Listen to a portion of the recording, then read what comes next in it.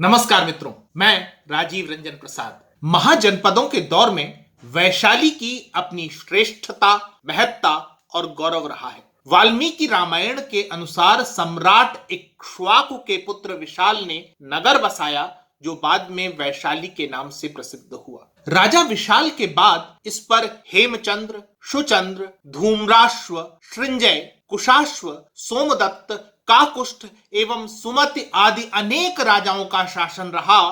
पुराणों से वैशालिक राजाओं का जो अभिज्ञान होता है उसमें अंतिम नाम सुमति का है, जो अयोध्या के राजा दशरथ के समकालीन थे।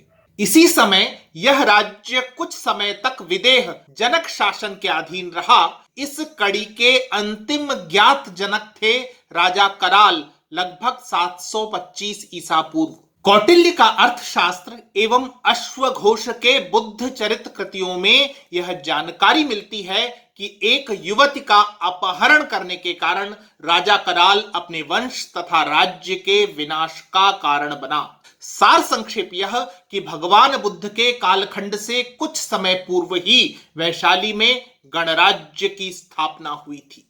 6ठी सदी ईसा पूर्व अर्थात महाजनपदों के युग का विशाल वज्जी संघ, जो गंगा नदी के उत्तर में नेपाल की तराई तक विस्तारित था, अनेकता में एकता के लिए इसकी ख्याति थी। वज्जी अपने समय का सर्वाधिक शक्तिशाली एवं समृद्ध गणराज्य, जिसकी राजधानी वैशाली थी। गणराज्य में 7,707 राजा थे। वस्तुतः संथागार में आसन के लिए चुने गए सभी सदस्य राजा कहलाते थे। कोई भी वज्जी राजा स्वयं को दूसरे से कमतर नहीं मानता था। राजा हरे, पीले, नीले, मजीठी, सफेद अथवा लाल रंग के वस्त्र धारण कर सभा भवन में उत्सवों में आया करते थे। उनके आभूषण, घोड़े, रथ, उष्णीय, छत्र, जूते, चाबुक, छड़ी आदि सब एक ही रंग के होते। राजाओं और रानियों का विधिवत अभिषेक होता था। इसके लिए विशाल मंगल पुष्करणी बनाई गई थी। इस पुष्करणी के जल में कोई अन्य व्यक्ति स्नान नहीं कर सकता था। पुष्करणी पर कड़ा पहरा रहता। इसके चारों ओर लोहे का जांगला और ऊपर भी लोहे की जाली लगी रहती थी, जिससे कोई अन्य व्यक्ति इस जल का उपयोग न कर सके। यह गणतंत्र, जिसे वज्जी संघ के रूप में भी पहचान मिली है, वह 8 भिन्न जातियों का प्रतिनिधित्व करता था। इनमें लिच्छवी, पूर्वी भारत की कोई जाति अथवा वैदिकेतर शाखा के सदस्य। यद्यपि नेपाली लिच्छवी स्वयं को सूर्यवंशी नरेशों का वंशज मानते हैं, वज्जियों और लिच्छवियों में भेद करना कठिन है। विदेह, इसकी पहचान जनकपुर से, जो नेपाल की तराई में स्थित है। ज्ञात्रिक, काश्यप गोत्रीय क्षत्रिय थे। 24वें तीर्थंकर महावीर इसी जाति में उत्पन्न हुए थे। उग्र क्षत्रिय थे। प्रथम तीर्थंकर ने उन्हें नगर प्रमुख नियुक्त कर सम्मानित किया था। इनका प्रमुख स्थल हथिग्राम था। भोग, जैन ग्रंथों में भोगों को क्षत्रिय बताया गया है। महापरिनिब्बान सुत्त में भोग नगर का उल्लेख है, जो वैशाली से पावा के मार्ग में पड़ता है। कुरु, महाभारत काल में पांडवों ने इस क्षेत्र को विजित किया था। उनके वंशज कुरु परिचय के साथ क्षेत्र में उपस्थित थे। और इक्ष्वाकु के भाई नाभानेन्द्रिष्ट के वंशज थे। कतिपय इक्ष्वाकु अयोध्या से वैशाली आकर बस गए होंगे। इन 8 विभिन्नताओं का समूह एक साथ इसलिए बना हुआ था क्योंकि सभी ने स्थापित नियमों की कभी अवहेलना नहीं की और सामूहिक निर्णयों को सर्वदा स्वीकार किया था। सभी ने मिलकर अपने लिए एक संविधान निर्मित किया, जिसे पवेणी पोथक कहा जाता था। न्याय से जुड़े सभी प्रकरणों में किसी समूह की अवहेलना न हो, इसलिए अष्टकुल नाम की संस्था स्थापित की गई थी, जिसमें वज्जी संघ के सभी 8 घटकों का समान प्रतिनिधित्व था। वैशाली गणराज्य, इसकी प्रतिष्ठा और शक्ति लंबे समय से मगध की आंखों में खटकती रही थी। तनाव का मुख्य कारण था गंगा के दोनों तटों पर और उसके माध्यम से होने वाले संपूर्ण व्यापार पर नियंत्रण हासिल करना।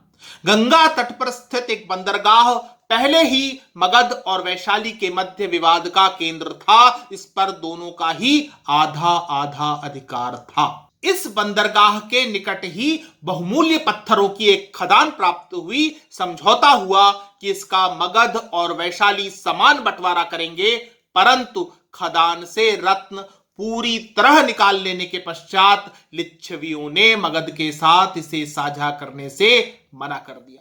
ऐसा ही बर्ताव उन यात्रा मार्गों के यात्रियों और व्यापारियों के साथ होता जो मगध की ओर आते थे। वैशाली में व्यापारियों से कर वसूल लिया जाता, परंतु उनमें से मगध को उसका जायज हिस्सा प्रदान नहीं किया जाता था। कोई भी शक्तिशाली राष्ट्र अपने वर्चस्व को इसी तरह प्रदर्शित करता है, यही राजनीति है। इसके साथ साथ यह भी सच है कि अजात शत्रु इन्हीं कारणों से वैशाली की स्वायत्तता का विनाश चाहते थे, अर्थात युद्ध। अनेक बौद्ध ग्रंथों में उल्लेख मिलता है कि वैशाली पर आक्रमण को लेकर किसी निर्णायक कदम से पूर्व अजात शत्रु भगवान बुद्ध से मंत्रणा करना चाहते थे। तथागत का मंतव्य जानने के लिए मगध सम्राट ने अपने सर्वाधिक विश्वास पात्र अमात्य वत्सकार को भेजा। अमात्य ने तथागत के सम्मुख अपने आने का उद्देश्य स्पष्ट किया। बुद्ध के सर्वाधिक प्रिय शिष्य आनंद इस विमर्श में सम्मुख बैठे हुए थे। आनंद, क्या यह सत्य है कि वज्जियों की सभाएं निरंतर होती हैं तथा उसमें सम्मिलित सदस्यों की संख्या परिपूर्ण रहती है? बुद्ध ने वत्सकार के स्थान पर आनंद को संबोधित किया। यह सत्य है भंते, जब तक वज्जियों की सभाएं निरंतर होती रहेंगी और उसके सदस्यों की भरपूर सम्मिलिति रहेगी, उनकी वृद्धि ही अपेक्षित है, परिहानि नहीं, तथागत ने दो टूक कहा। आनंद, क्या वज्जिगण एकता के साथ सभाओं में एकत्रित होते हैं, सम्मिलित रूप से उद्यम करते हैं तथा एक मत से निर्धारित कार्यों को पूर्ण करते हैं? बुद्ध ने पुनः प्रश्न किया। हां भंते, मैंने यही सुना है, आनंद ने उत्तर दिया। जब तक वज्जियों की एकता बनी रहेगी, वे एकत्रित उद्यम करेंगे, उनकी वृद्धि ही अपेक्षित है, परिहानि नहीं। बुद्ध की वाणी में स्वाभाविक गांभीर्य था। आनंद, क्या तुमने सुना है कि वज्ज केवल सम्मिलित चर्चा द्वारा ही नियमों का निर्माण करते हैं? ऐसा किए बिना सभापति किसी तरह की आज्ञा जारी नहीं करते। वज्ज संथागार में बनाए नियमों की अवहेलना नहीं करते, समय समय पर पुराने वज्ज धम्मों अथवा नियमों की विवेचना होती है। बुद्ध ने अगला प्रश्न किया। हां भंते, मैंने यही सुना है, आनंद बोले। यदि ऐसा है तो वज्जियों की वृद्धि ही अपेक्षित है, परिहानि नहीं। आनंद, क्या वज्ज वृद्धों का सम्मान करते हैं तथा उनके अनुभवों का लाभ उठाने के लिए तत्पर रहते हैं? हां भंते, मैंने यही सुना है, आनंद ने दोहराया। यदि ऐसा है तो वज्जियों की वृद्धि ही अपेक्षित है, परिहानि नहीं। वज्जी अपनी कुल स्त्रियों और कुल कुमारियों पर जोर जबरदस्ती तो नहीं करते। वे ऐसा नहीं करते भंते, मैंने यही सुना है। यदि ऐसा है तो वज्जियों की वृद्धि ही अपेक्षित है, परिहानि नहीं। क्या वज्ज अपने अंदर और बाहर के वज्ज चैत्यों का आदर सत्कार करते हैं? हां भंते, यदि ऐसा है तो वज्जियों की वृद्धि ही अपेक्षित है, परिहानि नहीं। क्या वज्जियों में आहर्तों की रक्षा करने का भाव भली भांति है? क्या बाहर के आहर्त उनके राज्य में आ सकते हैं और आए हुए आहर्त सुगमता से विहार कर सकते हैं? हां भंते, मैंने यही सुना है, आनंद ने दोहराया। यदि ऐसा है तो वज्जियों की वृद्धि ही अपेक्षित है, परिहानि नहीं। वत्सकार इस सत्य अपरिहानि धम्म अर्थात राष्ट्रीय अभ्युदय के 7 प्रश्नों का सहज उत्तर प्राप्त कर चुके थे।